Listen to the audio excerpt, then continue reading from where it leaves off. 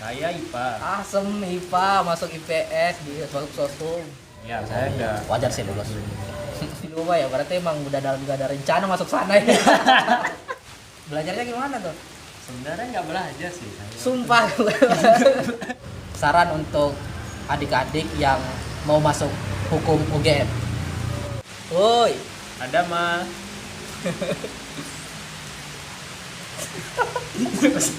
orang aku gugup kamera.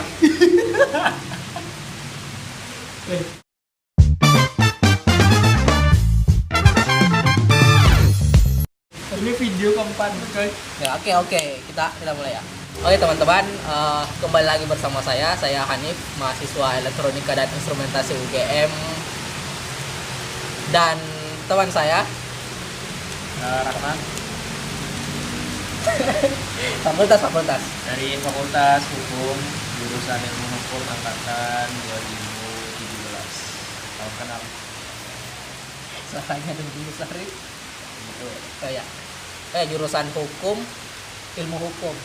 Ya. Berarti di hukum tuh ada beberapa jurusan. Ya, istilahnya kalau di Fakultas Hukum itu ada konsentrasi. Konsentrasi ya. Jadi selama 4 semester pertama kita belajar semua konsentrasi tersebut. Kemudian pada semester 5 kami disuruh mengambil konsentrasi gitu, dari salah satu konsentrasi yang sudah disediakan. Nah, konsentrasi itu kemudian yang jadi topik tugas akhir ya atau skripsi kami. Jadi misalnya ngambil konsentrasi hukum bisnis, ya nanti topik skripsinya tentang hukum bisnis lebih mendalam setelah semester 5 gitu. Oh, berarti kita masuk general dulu berarti ya? Ya, general. Hukum dulu. Ya, selama 4 semester. 4 semester. Baru 4 semester baru kita disuruh milih mau fokusnya kemana. Ya, bebas milih dari semua departemen konsentrasi. Kalau misalnya salah milih berarti nggak bisa. Oh, bisa. Jadi kadang kan ada yang ngambil pertama itu sebenarnya coba-coba ya. Nah, terus tiba-tiba setelah ngambil konsentrasi, kok tiba-tiba ternyata saya lebih tertarik ke konsentrasi lain. Nah, ada formnya nanti yang mengisi surat keterangan pindah dan itu diajukan ke kepala departemen konsentrasinya. Jadi bisa pindah kok, jadi nggak kalau misalnya punya minat lain setelah di tengah-tengah bisa ganti. Oke. Nah, sebelum bertanya lebih lanjut tentang fakultas hukum di UGM, nah aku mau flashback dulu nih ke Rahmat nih. Kan tadi udah perkenalan gitu kan, nama sama kuliah di mana gitu, di fakultas hukum UGM. Kamu asal dari mana sih? Oh, saya asalnya dari Mataram, Mataram. Tenggara Barat. Nusa Tenggara Barat. Iya, Wow. Tenggara Barat. Dan tapi tinggalnya nggak ini di Ankol, kan kebetulan ibu saya dari Jogja. Iya. Dan ada nenek di Godian, jadi tinggalnya di Godian. SMA-nya berarti daerah sana. SMA ya, semua SD, SMP, SMA di Mataram semua. Oh. Apa? Nusa Tenggara Barat. Ya, Kalau balik tuh naik apa? kalau balik itu ada dua opsi, bisa lewat darat, bisa lewat udara. Kalau lewat darat itu bisa naik bis 2 hari 1 malam, itu nanti nyebrang lewat Surabaya. Gak. Terus nanti kalau lewat udara bisa naik pesawat. Ada teman saya. Gak apa ya. Apa mas? Dan Tuh. terus apa?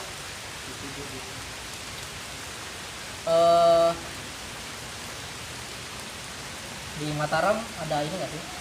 Universitas Negeri. negeri. Ada satu, namanya Universitas Mataram. Tapi memang kalau Universitas Mataram itu mayoritas ya 98% muridnya itu berasal dari Mataram. Universitas Mataram. Ya. Kalau dari luar daerah itu paling dari ini ada satu provinsi sih, cuma beda pulau, namanya ada Pulau Sumbawa gitu sama Pulau Bima. Dan kadang beberapa karena Nusa Tenggara Barat kan berbatasan dengan Pulau Bali. Jadi ada beberapa Budayanya ya. iya murid yang asalnya dari Bali terus kuliah di Universitas Mataram. Tapi mayoritas sih itu Mataram ya, orang-orang Mataram itu. Oh. Terus pertanyaan saya, kenapa kamu nggak milih ke Universitas Mataram? Ya, karena menurut saya itu kan tadi ya, karena mahasiswanya kan mayoritas dari Universitas Mataram, orang-orang Mataram semua, dan saya rasa ketika saya ngambil di Universitas Mataram nanti, ya lingkungan pergaulan saya ya hampir itu aja gitu. Jadi gini, SD, SMP, SMA itu pasti kita akan ketemu di satu sekolah yang sama. Jadi SD itu sebenarnya punya teman di SMA yang sudah pernah ketemu sejak SD gitu. Di SMP ketemu lagi, di SMA ketemu lagi, karena memang kotanya kan bisa dibilang kecil ya, bukan lebih kecil dari Jogja. Jadi ya orangnya hampir pasti kita selalu bertemu dan itu aja. Dan saya pikir untuk kuliah ya terutama itu penting untuk mencari pengalaman dan pergaulan yang lebih luas. Sehingga saya dulu sebenarnya memutuskan untuk bukan di Jogja sebenarnya, dari kota lain, cuma karena beberapa pertimbangan, karena salah satunya ada keluarga dan mungkin orang tua lebih merestui saya untuk di Jakarta, ya dari kuliah. Nah, apa ya? Maksudnya nggak ada pertimbangan lain gitu kenapa UGM, kenapa lebih memilih? Kan di Jogja kan bukan cuma ada UGM kan, tapi cuma ada UNY, ada UPN, dan banyak lah. Kenapa UGM gitu? Ya sebenarnya ini ya, kalau boleh jujur tidak ada alasan khusus gitu terkait Universitas Gadjah Mada. Oke. Karena bagi saya itu sebenarnya kuliah itu di universitas mana saja itu sama saja, tergantung dari mahasiswanya sendiri yang gimana. Jadi kan dulu saya kan masuk ini RSBI ya, dan RSBI itu Rintisan Sekolah Bertaraf Internasional. kan udah nggak ada. Ya dulu pas kelas ada 2, ya? pas kelas 2 kan dihapus tuh kan, gara diajukan ke Mahkamah Konstitusi, akhirnya dikabulkan dan RSBI dicabut di Indonesia. Nah setelah RSBI itu saya merasa bahwa sebenarnya walaupun sekolah RSBI itu tidak ada apa ya istilahnya, tidak ada perbedaan gitu antara model belajarnya dengan sekolah-sekolah lain. Hanya memang pengantarnya memang bahasa Inggris, guru-gurunya, terus bahan teks belajarnya Bahasa Inggris, bahasa Indonesia nggak sih? buku pelajarannya gitu pakai bahasa Inggris, ujiannya juga pakai bahasa Inggris. Cuma selain itu saya merasa tidak ada tidak ada perbedaan. Nah setelah di SMP itu saya kemudian sadar bahwa ya sekolah tuh sebenarnya di mana aja sebenarnya sama, yang menentukan tuh dari keinginan belajar individunya. Jadi nggak ada pertimbangan kalau UGM tuh salah satu universitas terbaik gitu. Orang-orang di UGM pintar-pintar gitu. Dosen-dosennya juga gitu. Nggak ada pertimbangan sama sekali. Enggak sih, kalau saya dulu milihnya tuh karena memang ini sih dari aspek daerahnya aja, karena kota di Jakarta. Jadi yang saya pikirkan itu lebih ke sana, entah nanti di UNJ atau dimanapun ya. Dan kebetulan saya emang tahunya kalau di Jogja tuh waktu itu cuma UGM. Nah terus kamu masuk di UGM jalur apa? UGM dulu jalur SBMPTN. SBMPTN Ya. Pilihan pertama, pilihan kedua, pilihan ketiga ambil apa? Pilihan pertama kalau tidak salah ya ini ya yang sekarang yang hukum. Lalu kemudian Pilihan pertama hukum. ya terus saya lupa tuh, kayaknya ilmu ekonomi. Ilmu ekonomi. Ya. Pilihan kedua. Ya. Wow. Kebalik nggak sih harusnya? Ilmu ekonomi kan harusnya lebih tinggi. Enggak ya? Atau hukum yang Enggak, lebih kalau dari segi peminat itu hukumnya yang banyak. lebih tinggi. Dan yang saya lihat waktu itu dari klaster sosial humaniora memang yang paling tinggi itu hukum dibanding ekonomi. Yang kedua memang ekonomi, makanya yang paling tinggi saya taruh atas hukum ekonomi. Terus ketiga apa ya? Saya kayaknya di ini sih. Dulu aturannya ya 2 di luar sama 1 minimal di dalam. Ya. 1 di dalam tuh saya agak lupa, tapi di Mataram gitu. Oh, ceritanya sampai lupa. Mungkin ekonomi juga kayaknya, atau hukum juga sih. Nah, di lupa ya, berarti emang udah ada rencana masuk sana ya. Bener sekali kan. Nah, pokoknya saya harus masuk UGM ya. Ya gitu. Tapi yang kedua tuh UGM. Dua-duanya UGM. Oke. Terus kamu di SMA tuh IPS ya? Berarti? Saya IPA. Asem IPA, masuk IPS, masuk sosum. Ya, saya IPA dia. Belajarnya gimana tuh? Sebenarnya nggak belajar sih saya. Sumpah. Nggak belajar sumpah. Saya kan dari SD memang tidak pernah ikut bimbingan belajar, les segala macam. Karena emang dulu saya lebih senang orangnya belajar sendiri gitu. Ya. Dan ketika saya ikut les pun saya merasa tidak maksimal loh, dan yang ngantuk-ngantukan dan daripada buang waktu sama uang, mending kita belajar sendiri. Nah sebenarnya kenapa ngambil IPS dulu? Sebenarnya saya sudah awalnya ya sebelum SBMPTN itu sudah diterima di SNMPTN. Di mana tuh? Di adalah saya nggak mau sebutkan nanti dibilang sombong. Jurusan apa? MIPA fakultas MIPA. Apa jurusan? Jurusan ya fakultas MIPA. Oh, MIPA jurusan apa? Enggak. Dia sistemnya based on ITB berarti ya. ya based on ini. Jangan disebutkan, coy. Udah saya bilang. nanti disensor. Parah. Nah iya itu, dan waktu itu memang ini sih kesalahan komunikasi saya juga ke orang tua. Jadi ketika saya memilih jurusan itu saya tidak komunikasi ke orang tua dulu, jadi asal milih aja. Dan ketika saya ngomongkan ke orang tua, responnya katakanlah tidak terlalu baik. Lah, pas ngumumin kamu lulus enggak SN. kan lulus kan ngambil dulu. Waktu saya ngambil kan saya nggak ngomong orang tua. Nah ketika pengumuman kan hijau tuh 5. Nah terus saya ngomong ke orang tua tuh H+1, saya udah ngomong kan ini ke teman-teman, ke guru, ini saya bangga ya, lulus. Nah H+1 kan orang tua saya waktu itu pas H pengumuman kan lagi di luar kota ya. Saya udah pulang, saya bilang ke ibu saya gitu, saya lulus di ini. Nah terus ternyata responnya itu tidak seperti yang saya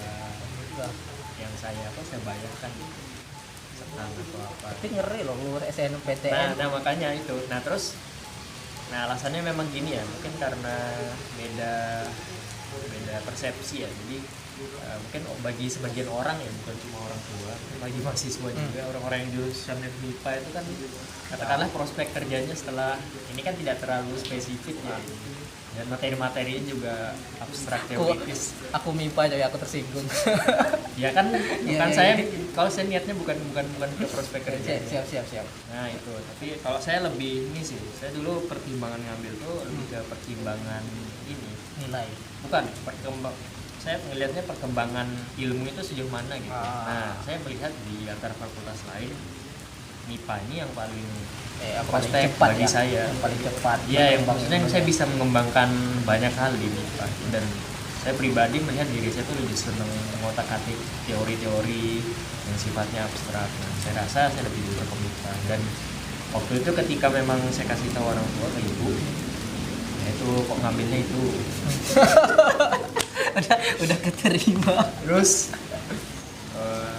terus masalah jurusan, yang kedua masalah kota ITB ya pertama. Iya. Kenapa ngambil itu katanya, nggak gini. Terus kedua di sana kan nggak ada keluarga, kamu nanti gimana hidupnya dan lain-lain. Ya waktu itu sebenarnya saya gimana ya, agak kesel juga sih sebenarnya waktu itu, sehingga waktu setelah saya ngomong gitu, saya masih coba coba nego gitu, jadi saya jelaskan ini, tapi tetap kan nggak bisa ketemu. Ya udah akhirnya saya waktu itu sampai katakanlah beberapa hari tidak pulang ke rumah, jadi jarang ke rumah gitu. Saya benar-benar malas keluar ke rumah gitu.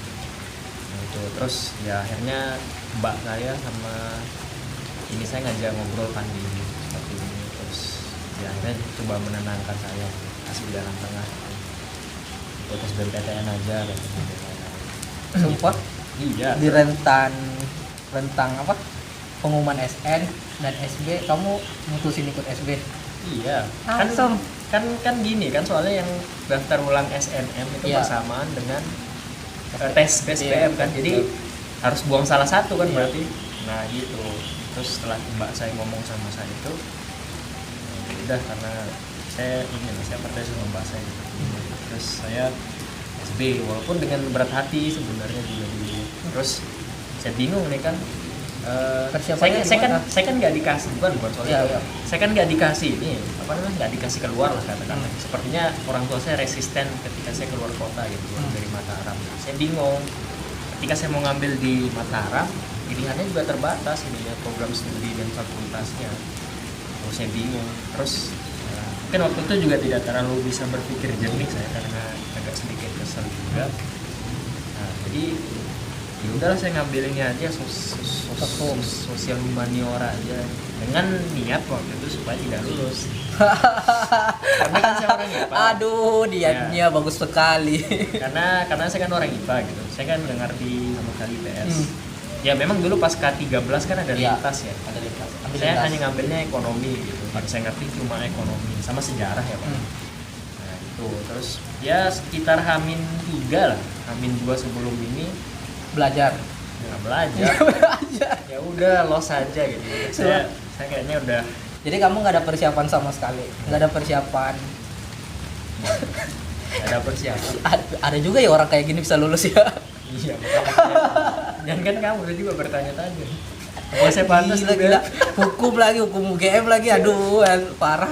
Ya gitulah ceritanya. Jadi di situ kan ya los lah main-main sama teman-teman gitu. Ini udah tes ini? Belum tes ya? Los gitu. Bahkan di pas H-1 kan biasanya disuruh cek ruangan.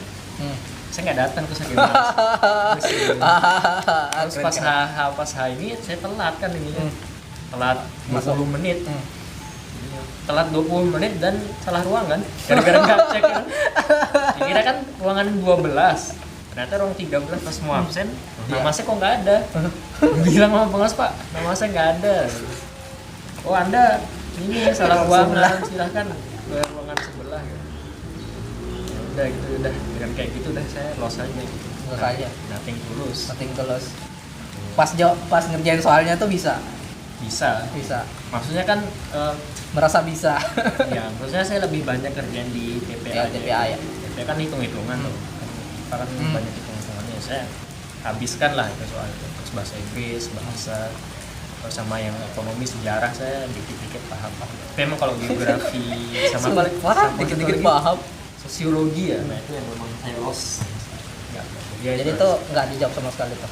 Ada yang dijawab berdasarkan common sense aja kan. Common sense ya. Dan lihat ininya ya, ABCD. Ya gitu oh, ini kayaknya bener nih. Tapi kalau yang TPA-nya memang saya kerjain bener-bener karena ngerti ini ya. Ngerti ya pola-polanya lah ya. Iya, udah belajar gitu. Gila sih kan kayaknya nggak belajar deh waktu SBMPTN lulus. Iya. Ya gitulah ini. Terus tadi aku lewat sih, kenapa pilih hukum gitu? Nggak ada sama sekali pertimbangan. Ya itu kan karena kan kamu tadi bilang kan aku milih sosum aja dah. Iya. Nah, sosumnya kenapa hukum gitu? Karena nggak ada alasan khusus sih, karena ngelihat dari peminatnya kan banyak. Orang tuh biasanya peminatnya yang kecil dipilih biar lulus. Iya. Makanya kan peminatnya banyak. Enggak kan karena niatnya kan di awal emang pengen tidak lulus. Ya iya Jadi awal, ketika kita memilih jurusan yang banyak peminatnya kan peluangnya semakin kecil tuh, 1 berbanding sekian lah semakin kecil, persentasenya semakin kecil. Nah itu kesana. Nah makanya yang 1-2 kan hukum ekonomi karena yang 2 itu paling banyak peminatnya berdasarkan data tahun lalu. saya salah mewawancarai orang kayaknya. Bisa lulus ya. Gila. Ya terus gitulah. Ya. Tes langsung. Ini selain SBMPTN ikut yang lain nggak? UTUL, UPU apa? Oh kalau UTUL mandiri, jalur mandiri dan UTUL enggak, mandiri enggak. Saya sama sekali los enggak jauh. SBMPTN doang. SBMPTN doang. Sama SNMPTN. Sama ini sih apa? Sekolah dinas. Saya ikut sekolah dinas. Oh, iya, STAN. Tapi gugur di tes ketiga yang kesehatan Pancasila. Parah, masa saya gugur di Pancasila. Padahal universitasnya Universitas Pancasila sekarang. Parah. Ya itulah gitu. Tapi aduh, ngeri juga sih. Terus gimana tuh rasanya pas kan kamu niatnya nggak lulus kan? Iya. Terus pas pengumuman tahu kamu lulus gimana tuh? Ya saya nggak tahu juga sebenarnya kalau saya lulus. Sumpah. Karena pas hari H itu saya ya main-main jalan-jalan sama teman-teman gitu kan. Aduh enak banget ini. Terus ya itu kan pas Ramadan ya. Ya, oh, iya. Saya kan cerita-cerita juga sama teman gitu. Kamu mau kemana nanti habis SMA dan segala macam. Terus ya saya ingat dulu waktu itu pas di Islamic Center kan ada teman yang ngajakin sholat i'tikaf kan buat menjelang pengumuman gitu. Ya, saya sebenarnya juga pas ikut tuh bingung saya mau berdoa apa gitu. Saya ya gitulah mau mendoakan saya mendoakan teman saya untuk lulus tentu saja, tapi saya sendiri masih ini ya saya gimana ya nanti saya juga masih bingung. Nah pas di hari H pengumuman itu bukan saya yang buka, saya malas bukanya. kan nggak tertarik saya udah itu. Terus yang buka itu ini mbak saya kalau nggak salah. Kamu kasih nomormu kan? Nggak dikasih kan, saya tinggal kartu ujiannya di kamar. Mungkin dia ngeliat atau gimana ya, terus pas malam-malam pas saya belum pulang kan waktu terus telepon suruh pulang katanya, lihat hasil pengumumannya. Sebenarnya dia udah tahu, cuma saya disuruh pulang. Udah pulang terus dikasih tahu nih di laptop saya lulus gitu. Aduh semua, aku sedikit tidak percaya. Nggak percaya, memang itu ceritanya. Ya, saya sebenarnya juga ini bingung. Ya, saya lihat manteng layar mau senang atau apa, jauh tidak mengerti harus bereaksi apa. Terus orang tua juga senang pas dengarnya. Nah ini apa saya, sih perspeknya gitu? nah ini saya nggak tahu dulu tuh gimana reaksinya. Kayaknya yang mbak sama mas saya yang bilangin ke orang tua gitu, terkait ya kasihlah anaknya buat keluar gitu. Dan sebenarnya nggak terlalu banyak reaksi gitu, jadi cuma nanya aja apa emang benar ini yang kamu inginkan. Sederhana aja pertanyaannya. Dan saya waktu juga sebenarnya nggak, ya sebenarnya saya juga nggak jawab waktu itu ya. Benar ini yang kamu inginkan? Ya terus, tapi saya nggak jawab ini. Entahlah lalu gitu. Terus ya akhirnya ya siap-siap berkas. Terus setelah Ramadan, Tapi orang tua nggak terlalu kecewa ya daripada yang sebelum yang pilihan SN itu tadi. iya sepertinya tidak terlalu kecewa karena apa, emang kan alasannya kan udah gugur tuh. Ya, pertama udah nggak ada alternatif kan lah ya. udah kan udah spesifik kan urusannya. Terus yang kedua ada keluarga, jadi dua-duanya Oh ya dapat lah. gugur. Alah. Kedua yang diinginkan orang tua dapat lah ya. Ya pokoknya intinya waktu itu saya bilang ini jangan menghalangi saya untuk ini Belajar belajar ilmu ya siap-siap. ya itu intinya aja, saya ngomong gitu aja. Kita skip yang SBMPTN dan terlalu indah hidup mereka. Kita harus berjuang gitu gua. Yang ku wawancarai semua berjuang gitu, belajar gitu. Dia nggak ngapa-ngapain lulus. Ada juga ya. Banyak sih sebenarnya. Ya temanku juga ada sih yang aku bisa lulus dia ya. Oke, kita lanjut ke ini, ke hukum gitu ya. Di hukum tuh sebenarnya belajar apa sih selain belajar undang-undang gitu? Ngapain sih sebenarnya hukum?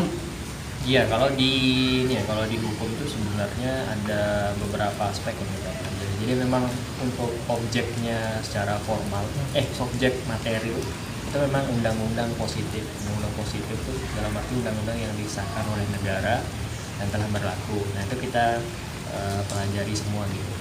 Nah kalau yang di aspek yang tidak terlihatnya gitu, kita juga belajar asas-asas, terus filsafat hukum ya, terus sejarahnya bagaimana, terus ilmu-ilmu bantu lainnya yang itu bisa mendukung untuk kita memahami hukum. Kan ada beberapa pendekatan tafsir undang-undang dan undang-undang lain, terus ada tafsir sejarah hukum, terus ada kita juga belajar sosiologi hukum, terus antropologi hukum dan segala macam, ilmu-ilmu bantu lain lah gitu. Tapi intinya memang lebih banyak titik pembelajarannya ke peraturan yang sudah disahkan hal ini undang-undang dan produk hukum lain semacam konvensi internasional, terus hukum adat kita juga belajar kebiasaan orang serta kumpulan-kumpulan keputusan pengadilan. Ya. Contoh kasus ya berarti ya? Ya, contoh kasus yang sudah berlangsung. Terus aku bingung nih nanya-nanya hukum. Gimana tadi? Cara belajar anak hukum tuh gimana gitu? Apakah kan kalau misalnya matematika kan dia ngerjain soal gitu, kalau misalnya teknik dia praktek gitu. Nah sedangkan kalian gimana gitu? Apakah membaca doang atau gimana? Iya sebenarnya kalau belajar hukum itu mirip-mirip, saya analogikan dengan belajar PKN ya di SMA. Karena materinya hampir mirip, belajar hak-hak warga negara, terus organ-organ negara, struktur negara, badan-badan negara dan segala macam peraturan-peraturan tentang pers dan segala macam. Ya mirip-mirip itu lah. Jadi memang di hukum itu lebih banyak dituntut untuk membaca ya, karena memang materi-materinya itu lebih banyak tertulis ya. Ya. Nah, saya juga harus beradaptasi kan itu terkait dengan perubahan belajar dari yang sebelumnya banyak angka dan ini dia based on soal latihan gitu, terus dengan yang sifatnya banyak membaca gitu, jadi menalar sendiri gitu dari bacaan-bacaan, terus kita hubung-hubungkan, terus buat kita simpulkan. Lebih banyak belajar buku, teks, dan referensi Di kelas diskusi nggak? ya, termasuk diskusi gitu. Kan ada Itu diskusinya tuh gimana tuh? Kamu dikasih menurutmu apa nih? Gimana kan? Diskusi. ya, biasanya ada kalau ada yang dosen kan, kalau yang aktif kan kadang suka ngelempar gitu. Nah, kalau misalnya bisa jawab dan poin, Kalau nggak nggak bisa, bisa jawab min. min. Ya nggak harus min sih, maksudnya ada yang ada yang nol aja, tapi kalau misalnya dia bisa jawab ya dikasih poin plus. Jadi keaktifan bertanya dan berdiskusi di kelas itu jadi salah satu poin plus bagi mahasiswa di hukum. asing nggak sih belajar hukum? Menurutmu secara subjektif? Sebenarnya iya, kalau dia orangnya memang senang dengan materi yang dia pelajari. Kan di hukum itu banyak ininya ya, banyak sub konsentrasi tadi yang saya jelaskan. Jadi ketika misalnya katakanlah dia tidak terlalu pandai dalam menghitung segala macam, kayak beberapa teman saya di ini, nah mereka tuh tidak terlalu nyaman ketika belajar hukum pajak. Hukum pajak. Ya, kan pajak kan harus hitung-hitung. Oh, berarti ada matematikanya juga di sana. Ada, tapi tidak terlalu kompleks ya. seperti kalkulus dan segala macam. Aljabar linear kan kayak gitu. Yang sederhana, persenan, cara. Nah, bagi beberapa orang itu memang ada yang tidak terlalu, dan katakanlah ada juga yang tidak nyaman belajar hukum tata negara atau hukum nasional karena memang lebih banyak bermain di segi asas dan teori. Jadi orang-orang yang katakanlah tidak terlalu senang membaca atau kurang referensi itu akan kesulitan dalam mengikuti mata kuliah. Jadi disesuaikan aja dengan minat. Ya kalau misalnya yang praktis ya, kalau di beberapa teman saya itu ngambilnya hukum bisnis, yang banyak kasusnya ya, hukum pidana, kehidupan sehari-hari kan banyak. Ya sebenarnya mereka juga belajar ini sih asas teori, tapi kan lebih banyak ke contoh kasus gitu, studi kasus. Ya, terus menurutmu orang yang apa ya, bisa dibilang orang hukum tuh prospek kerjanya tuh selain jadi pengacara, jaksa, apalagi?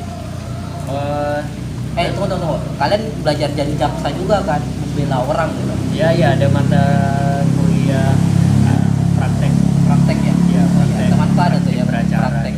Jadi suruh buat berkas dari awal pemeriksaan sampai nanti persidangan putusannya begitu. Jadi dia yang speak gitu ya, yang vokal membela gitu. dia gitu. Ya semacam ini ya, semacam role play gitu, drama gitu. Jadi kamu nanti jadi hakim, kamu jadi jaksa, kamu jadi pengacara, terus ada jadi terdakwa, nanti ada bagi-bagi. Tapi naskah ininya memang benar-benar disusun. Jadi kita katakanlah misalnya berarti drama doang berarti ya? Ya, misalnya nggak kayak contoh realnya gitu, bilang kayaknya kamu lawan jaksa ini gitu, pengacara ini lawan pengacara ini. Ya, kita buat ini contoh kasus yang real lah. Terus nanti ada analisisnya. Lalu kita kita mainkan perannya, nanti dinilai sama praktisi sih, biasa ada yang hakim langsung, ada yang pengacara langsung. Aku mau nanya ini apa? Kenapa sih jurusan hukum tuh banyak ya di Indonesia ya? Banyak banget gitu. Setiap universitas pasti ada jurusan hukumnya gitu. Iya. Gini, itu sebenarnya berkaitan dengan awal sejarah universitas di Indonesia gitu. Jadi kan ketika awal-awal kemerdekaan atau Belanda punya kebijakan dengan politik etisnya itu kan, memberikan pendidikan, transmigrasi dan kesehatan ke masyarakat pribumi. Nah, yang jadi concern penting di pemerintahan Belanda itu adalah kurangnya pegawai pemerintahan gitu, dan pegawai teknis gitu, khusus surat dan segala macam. Nah, waktu itu memang Belanda itu buka yang pertama itu fakultas hukum. Buat administrasi ya? Ya, untuk tujuan administrasi, terus hukum-hukum, terus ya yang dinas-dinas gitulah. Nah, itu memang salah satunya ketika zaman Belanda. Nah, kedua ketika zaman Orde Baru itu memang ada ideologi mengabdi kepada negara gitu. PNS itu statusnya paling terhormat lah gitu dibanding profesi-profesi yang lain pada zaman Orde Baru. Dan salah satunya yang jadi ini kan hukum. Iya. Karena hukum banyak berkaitan dengan administrasi dan segala macam. Jadi memang akarnya itu. Jadi memang ketika universitas pertama kali dibuka entah di mungkin yang pertama itu paling hukum ekonomi gitu ya, atau enggak ya pendidikan gitu. Memang karena alasannya gitu. Kalau menurut saya dari kalau ditilik dari aspek ya akar-akarnya gitu. Ya karena mungkin masih masih dibutuhkan dan Ya, banyak dibutuhkan di ranah-ranah kayak bisnis, kayak tadi hukum pengacara apa dan sebagainya, mungkin Ya. jadi banyak gitu. Oke. Nah, menurutmu orang yang cocok untuk masuk di hukum tuh orang-orang seperti apa sih? Soalnya gini, aku pernah juga kan satu kelas sama anak-anak hukum gitu, dan aku lihat dia tuh anak-anak hukum yang satu kelas dengan aku tuh nggak terlalu speak up gitu, cuma mencatat, duduk di kelas mencatat gitu. Aku merasa, jujur aku merasa sebagai anak IPA tuh anak-anak sosum tuh harusnya lebih speak up gitu, soalnya apalagi hukum ya, soalnya mereka tuh membela kita dengan kata-kata mereka gitu. Nah, menurutmu gimana tuh anak-anak yang cocok masuk hukum tuh anak-anak seperti apa sih? Ya kalau yang masuk hukum tuh salah satunya itu sebenarnya nggak wajib ini sih, nggak wajib speak up, karena memang speak up itu nanti tergantung dari profesi yang akan mereka jalankan. Jadi ada profesi semisal bagian ada namanya istilahnya itu pengacara perusahaan. Nah, itu kan walaupun bahasanya pengacara itu sebenarnya lebih ke arah menyusun kontrak katakanlah dengan tenaga kerja, recruitment, terus kerja sama dengan nah, itu kan tidak membutuhkan analisis ini analisis berkas gitu. Analisis berkas gitu berkaitan administrasi teknis. Jadi untuk proses semacam itu speak up itu kan tidak terlalu dibutuhkan. Yang penting analisis dan referensi. Jadi itu menjadi poin plus ketika Anda misalnya ingin menjadi pengacara atau hakim lah atau jaksa gitu. Memang yang perlu speak up gitu. Tapi yang ditekankan dalam hukum ya, namanya di hukum UGM ketika saya semester 1 ambil pengantar itu yang paling penting kan ketahui itu adalah asas dan teori dasarnya. Asas dan teori dasar. Ya. Asasnya gimana tuh? Asalnya misalnya tidak boleh menghukum orang kecuali ada aturan yang sudah disahkan untuk perbuatan itu misalnya. Nah itu yang abstrak yang dasar seperti ini itu lebih penting untuk dipelajari ketimbang kita membaca undang-undang secara tekstual. Kalau baca undang-undang secara tekstual semua orang bisa ya tanpa belajar hukum. Ngapain belajar hukum? Udah ada undang-undangnya. Iya kan tinggal baca ya, ngapain belajar hukum kan. Nah, sekarang udah ada F-nya. Iya. Nah, yang kalian membedakan itu kita semester 1 ditekankan kalian tuh belajar teori dan asasnya itu penting. Dan itu juga katanya membedakan UGM dengan fakultas hukum yang lain. Ciri khasnya tuh lebih kuat ke teori dan asasnya, penguasaan teorinya. Kuat teorinya tuh maksudnya gimana tuh? Apa yang membedakan dia sama maksudnya dari segi dari segi analisis mungkin dari output keluaran mahasiswanya jauh lebih banyak yang jadi akademisi terus jadi peneliti dan lain-lain ketimbang dari praktisi kayak pengacara dan yang penting itu ini sih analisisnya nih. Yang penting yang mana? Analisisnya ya analisisnya yang penting untuk berarti enggak perlu harus bisa dibilang orang-orang yang speak up gitu, orang-orang yang suka ngomong lah ya untuk masuk hukum gitu. Iya, kan bisa jadi dia banyak ngomong tapi isinya nggak ada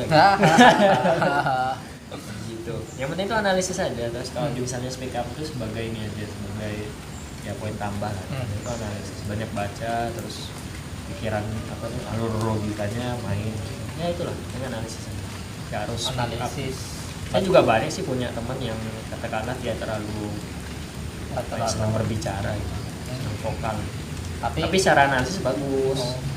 Gitu. Nah itu yang menurut saya lebih penting. Speak up itu sebagainya. Poin tambah. Berarti analisis, speak up cuma sebagai poin tambah. Ya analisis terus referensinya terkait sumber hukumnya apa saja. Berarti suka baca berarti ya. Ya terus aspek-aspek ilmu lain semacam pengetahuannya tentang politik, sejarah, antropologi dan segala macam. Pengetahuan umumnya luas lah ya. Ya itu juga jadi poin tambah supaya membantu mendekati hukum dari pandangan aspek. Iya, pandangan lain, perspektif lain. Oke. Terus tugas-tugas di hukum itu gimana sih sebenarnya? Tugas-tugas apa? Kayak kami kan di MIPA kan ada laporan gitu kan. Kalian gimana gitu? Kalau ini biasanya ini sih studi kasus kan, Studi kasus. dikasih apa case A misalnya, kasus Nggak A. disuruh bikin hukum. Enggak, kasus katakan ada pencurian di Ya. sini dengan menggunakan modus Ini transfer GoPay dan segala macam. Menurut Anda berdasarkan sumber-sumber, apakah yang dilakukan gini-gini putusannya tepat atau gimana? Menurut Anda ketika Anda memutuskan apa yang harus Anda putuskan? Ya kita diajak berpendapat ya, pendapat atau mengeluarkan pendapat secara mandiri. Nah itu pertama. Terus kedua memang lebih banyak makalahnya sih, buat makalah. siap-siap yang suka nulis. Ya karya tulis, esai dan segala macam gitu, suruh buat makalah gitu. Dan memang terutama ketika masuk di semester akhir, puasnya itu jarang yang langsung gitu ya, banyak kan take home ya, take home itu Nah, Tekom itu yang nulis panjang semua gitu kan, yang enggak juga di makalah ya. Kadang juga ada sih beberapa dosen yang mengharuskan membuat video gitu ya tentang ya kasus hukum atau deskripsi tentang materi hukum yang kita pelajari, tapi lebih banyak contoh kasus dan makalah gitu. Jadi sejauh ini senang dihukum. Saya tidak bisa mengatakan senang juga secara keseluruhan, ya katakanlah biasa aja. Biasa aja ya. Berarti nggak tahu nih salah jurusan atau gimana gitu. Iya, saya sebenarnya masih masih ada bukan ambisi, ya ada sedikit Keinginan. ya ambisi dan keinginan gitu untuk mengembangkan di bidang sains sebenarnya. Bidang sains ya. Ya, karena kan saya juga sudah keluar lah sama guru dulu. Saya nanti balik mana kamu katanya dulu. Ya tapi saya tetap ini sudah pelajari. Tetap Nanti nyaman lah ya, apalagi di perkara- hukum UGM loh. perkara dipakai atau enggak nanti kan urusan belakangan. Ada belakangan. Apalagi tersendi di online ini kan kita bebas belajar apa aja, nggak terkotak-kotak dengan jurusan kita sendiri, bisa lintas ya. Apalagi sekarang ada ini ya, program Merdeka Belajar. Nah itu mereka bilang, Ambil apa Merdeka Belajar? apa kemarin saya belum ngambil ini. Katanya nggak mau ambil ini. Oh iya ini ya pemrograman 1. Itu emang Nah, hukum belajar pemrograman 1. pemrograman 1. Enggak, emang saya dulu ikut ini sih, ikut TIK pas SMA gitu. Jadi udah ada Iya. dasarnya sih. Tinggal mengembangkan lebih lanjut. Aku ambil sosiologi. Nah, itu gimana rasanya belajar sosiologi? Bagus.